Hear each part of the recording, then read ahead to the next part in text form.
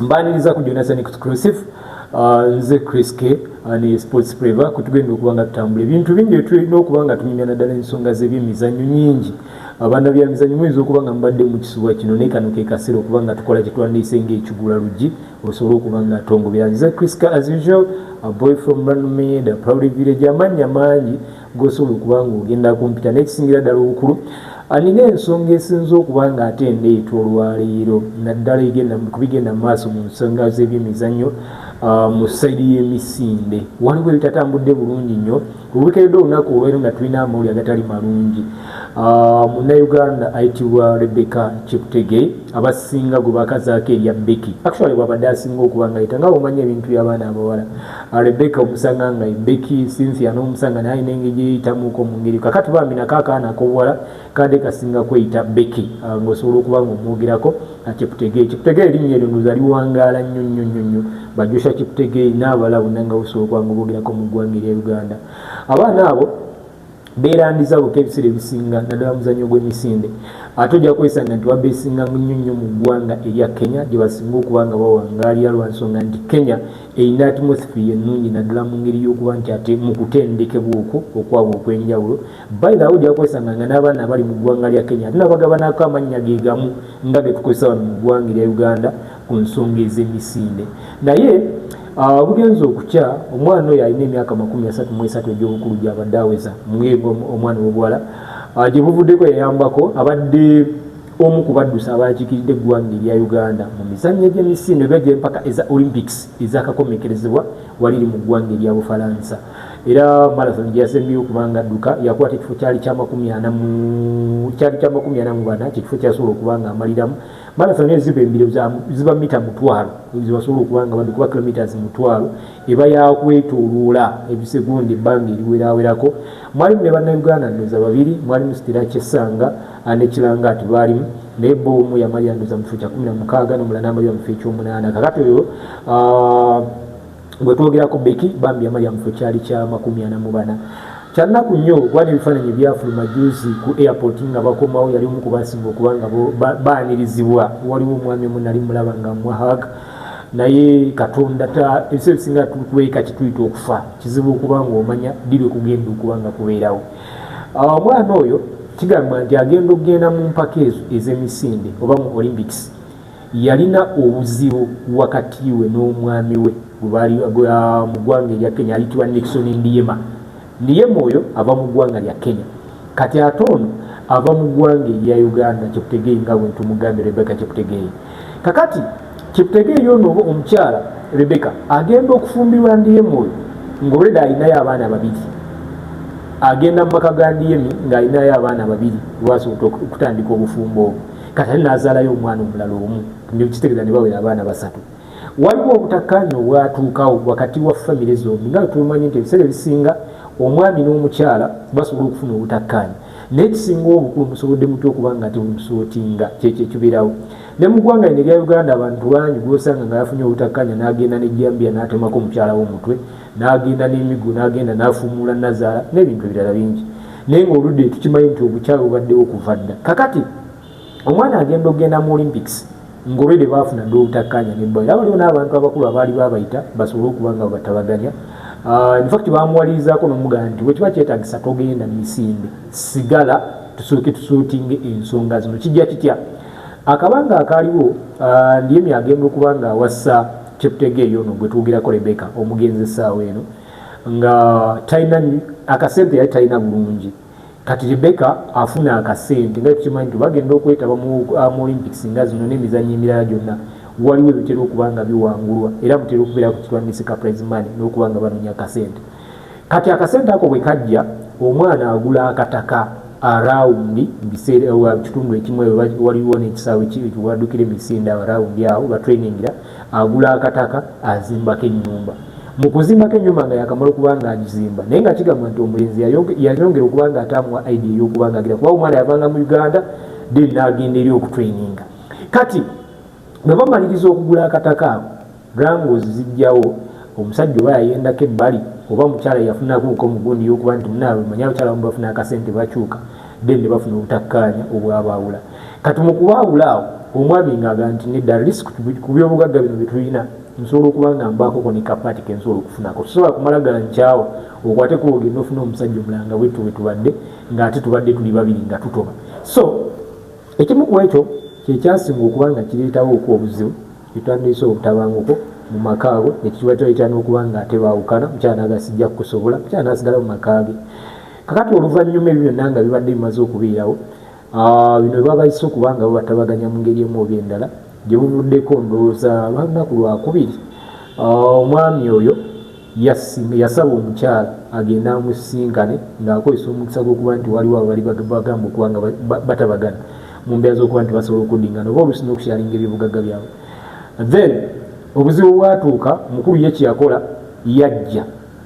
ne basooka ne banyumyamuuko awo then ne bafunamuuko ate okuyombagana okw'enjawulo nga balina kye bateesaako kye baganye okukkaanya. Wabula Nixon yajja ne kye twandiise petro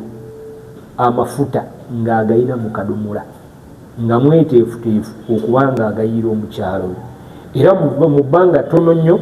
nga bamaze okati n'emboozi exclusive eyongera okuba nga eyogerebwa banneiba abaali baliraanye nga bamaliza okuba nga okuyombagana kuwulikika mu mayumba n'okuwanyisiganya ebisongovu.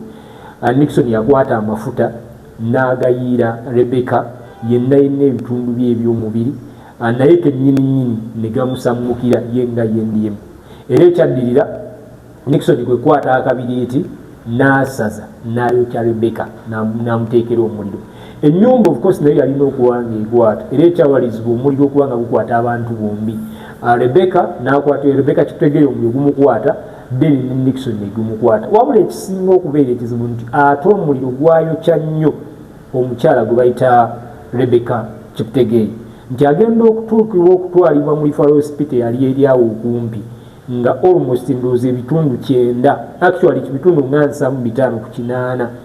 ku 8 ku mubiri gwe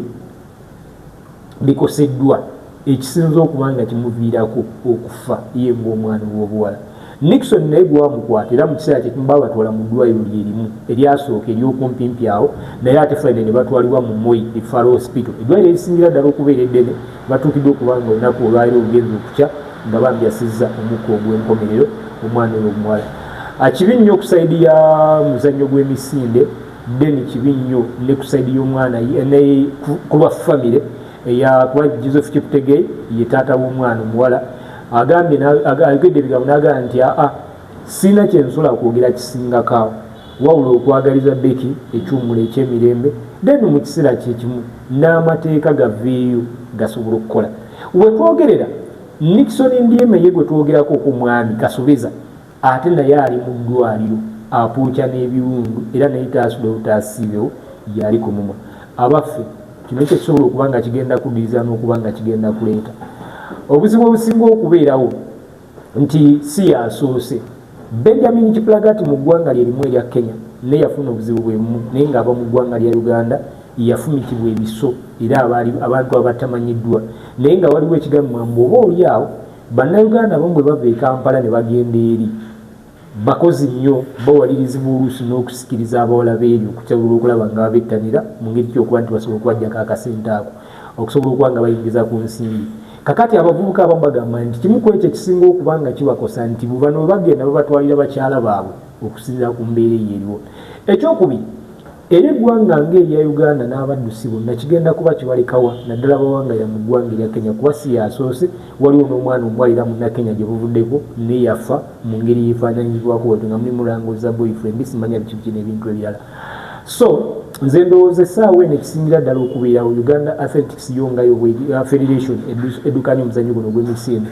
egenda kukwata etya abaana bano okwongera okuba nga ate bakumaakuma mu ngeri eyo. Akatono ennyo Becky ku bimu byasobodde okuba nga awangula mu mwaka gwa 2022 ayina omudaali gwe yawangula omudaali ogwa gold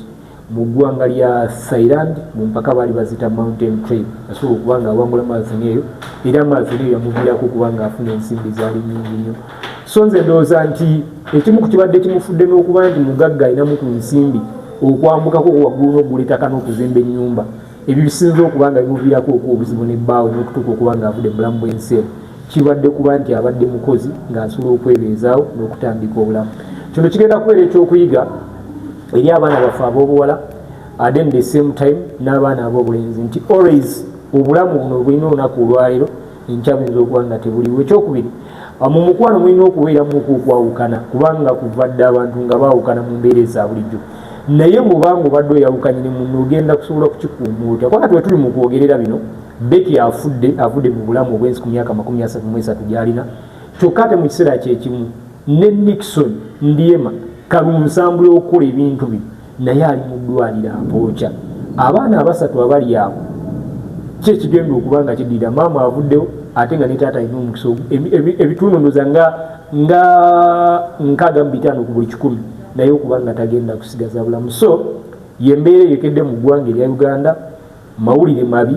si mawulire malungi nnyo, naddala ku saidi y'abannaffe abaddusi b'emisinde ne bannayuganda okutwalira wamu olw'okuba nti baluzinze omwana ow'obuwala oyo ayitibwa Rebecca CHEPTEGEI ku myaka 33 gy'asobodde okuba nga aviiddeko okukolamu obwensi eno. Kibi nnyo, naye ng'ekisinzidde ddala okuleeta obuzibu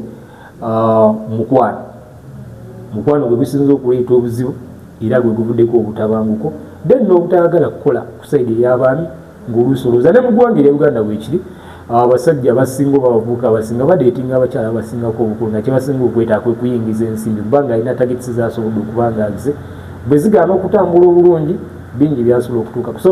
bakyala tulina okubeera abeegendereza, abaami abeegendereza ne bannabyamizannyo okutwalira ewamu okulaba nga tukuuma obulamu n'engeri tugenda okweyisaamu n'okulondawo bantu kye tusobola okuba nga tuwangaala nabo. Byebyo ebibaddewo mawulire mabi nga bwe nkutegeezezza. Birala bingi ojja kwongera okuba nga obimanya ku Sports Flavor, bijja kwongera okuba nga ate bijja. Olina kusigala ku Jonathan Exclusive oyongere okuba nga omanya ebyemizannyo bingi. Tugenda kuprofilingira abasambi, tujja kwogera ku clubs amusinga okuba nga muwagira, tujja kwogeranga ku bantu abagundiivu naddala mizannyo egy'enjawulo gyonna gye wandyetaaze okumanya. Ne one osanga tujja kuzireeta nga twogezera n'okwongera osobole okuba nga ate oyongera okuyiga n'okumanya ng'otambulira ku Jonathan Exclusive ne Sports Flavor.